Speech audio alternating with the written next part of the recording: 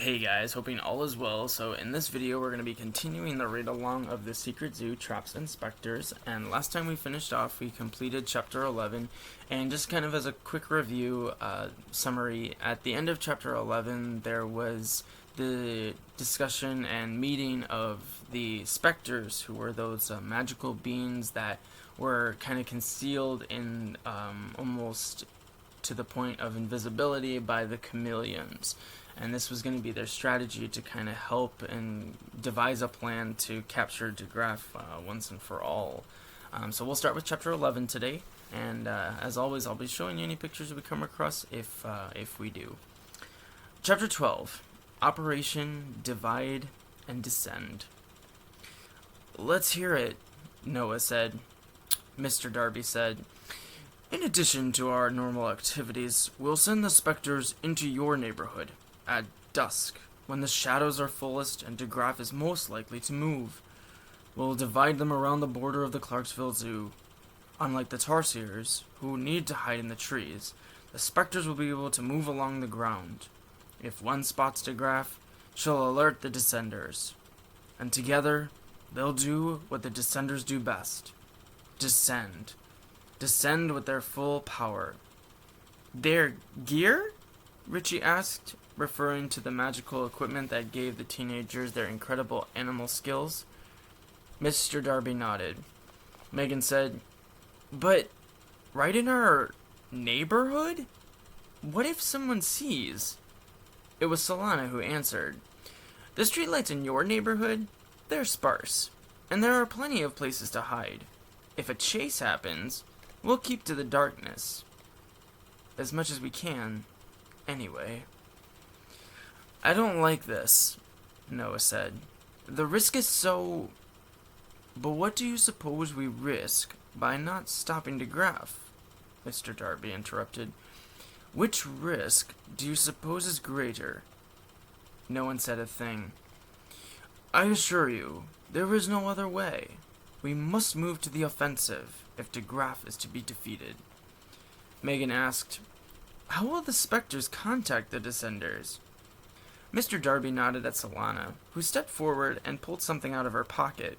A headset, the tiny earphones the Descenders wore. She reached toward Evie, the headset in her open palm. Evie stared down at the headset, seemed to consider something, then turned away. Solana shared a disappointed look with Mr. Darby, then stuffed the equipment back into her pocket, saying to Evie, "Well, you know where to get one, if you change your mind." The scouts passed a confused look among themselves. "The Specters will flag the Tarsiers," Mr. Darby answered. "The ones on patrol. The Tarsiers will then alert the owls, as they normally would." Ella asked the obvious, "But why not the headsets?" Mr. Darby glanced at Evie, then Solana.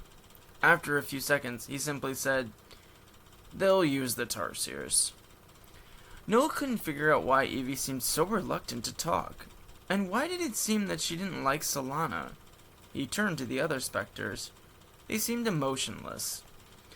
He noticed the way they looked again. Kalina's hair a cascade of heavy braids, Jordan's a tuft of weightless curls.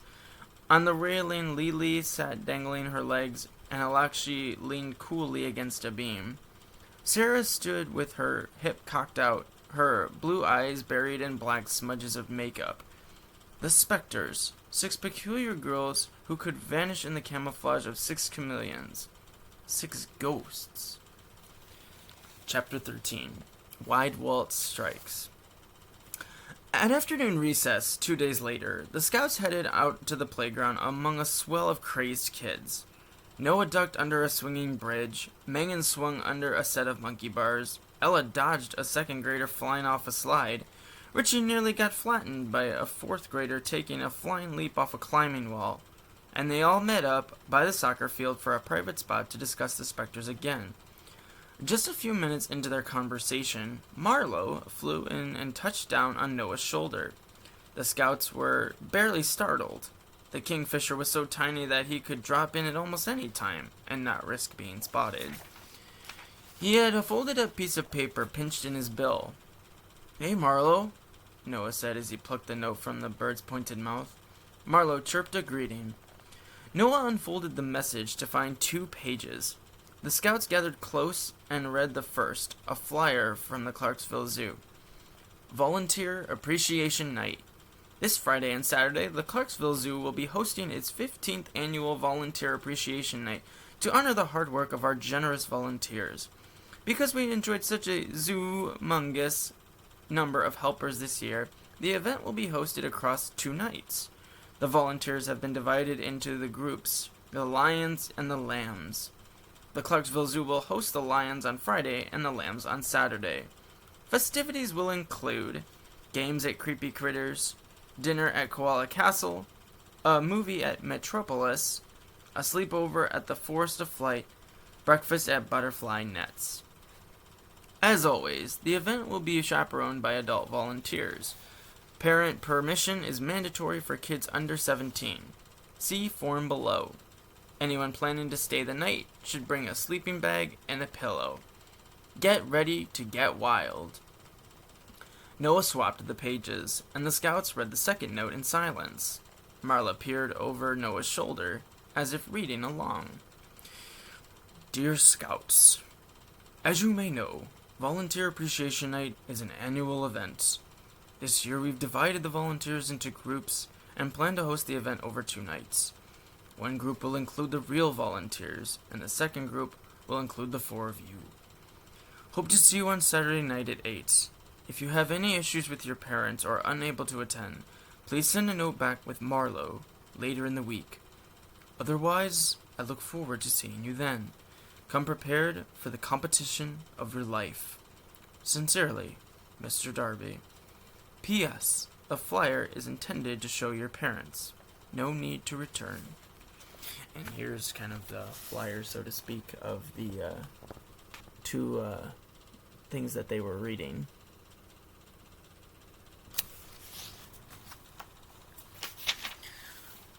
Competition? Ella said. What's he talking about? Cross-training, Richie said. Our party. It's really a cross-training session. Noah nodded. An all-nighter. You guys think your parents will be cool with that? Richie said, My mom will think it's the neatest thing in the world. Ella nodded. My mom too. Noah turned to Megan. And what about Mom and Dad? They'll go for it, I think. Okay, Noah said. Then I'll just sign this right now. Ella reached across Richie's lap, plucked a pen from his pocket of nerd gear, and tossed it to Noah, who uncapped it and scribbled, We'll see you on Saturday, onto Mr. Darby's note. Then he folded the paper and held it out for Marlo, who pecked it from his fingertips, sprang off Noah's shoulder, and shot across the playground. An all-nighter, Ella said. Oh boy, Richie said. What are we up against now? The school bell ended recess. The scouts jumped to their feet and headed inside. For Ella, the rest of the day dragged along. With all the things happening with Degraff and the secret zoo, it was becoming next to impossible to concentrate on school. What did world history matter when you feared the world was about to become history? At the sound of the final school bell, more than 400 kids jumped to their feet and flooded out of the classrooms. Outside, Noah and Megan piled into their mother's car for dentist appointments, and Ella and Richie began their walk home, cutting across the playground towards Jenkins Street. As Ella and Richie neared the end of the schoolyard, 3 kids appeared from out of the wooded area and approached them. Wide Walt and his 2 friends, Dave and Doug. Ella glanced over her shoulder to see that no one was around. This meant one thing. Trouble. Be cool, Ella said to Richie from the corner of her mouth. Check this out, Walt said as he stepped up. 2 of my favorite dorks. Walt's head looked smaller than ever against the padded shoulders of his poofy jacket.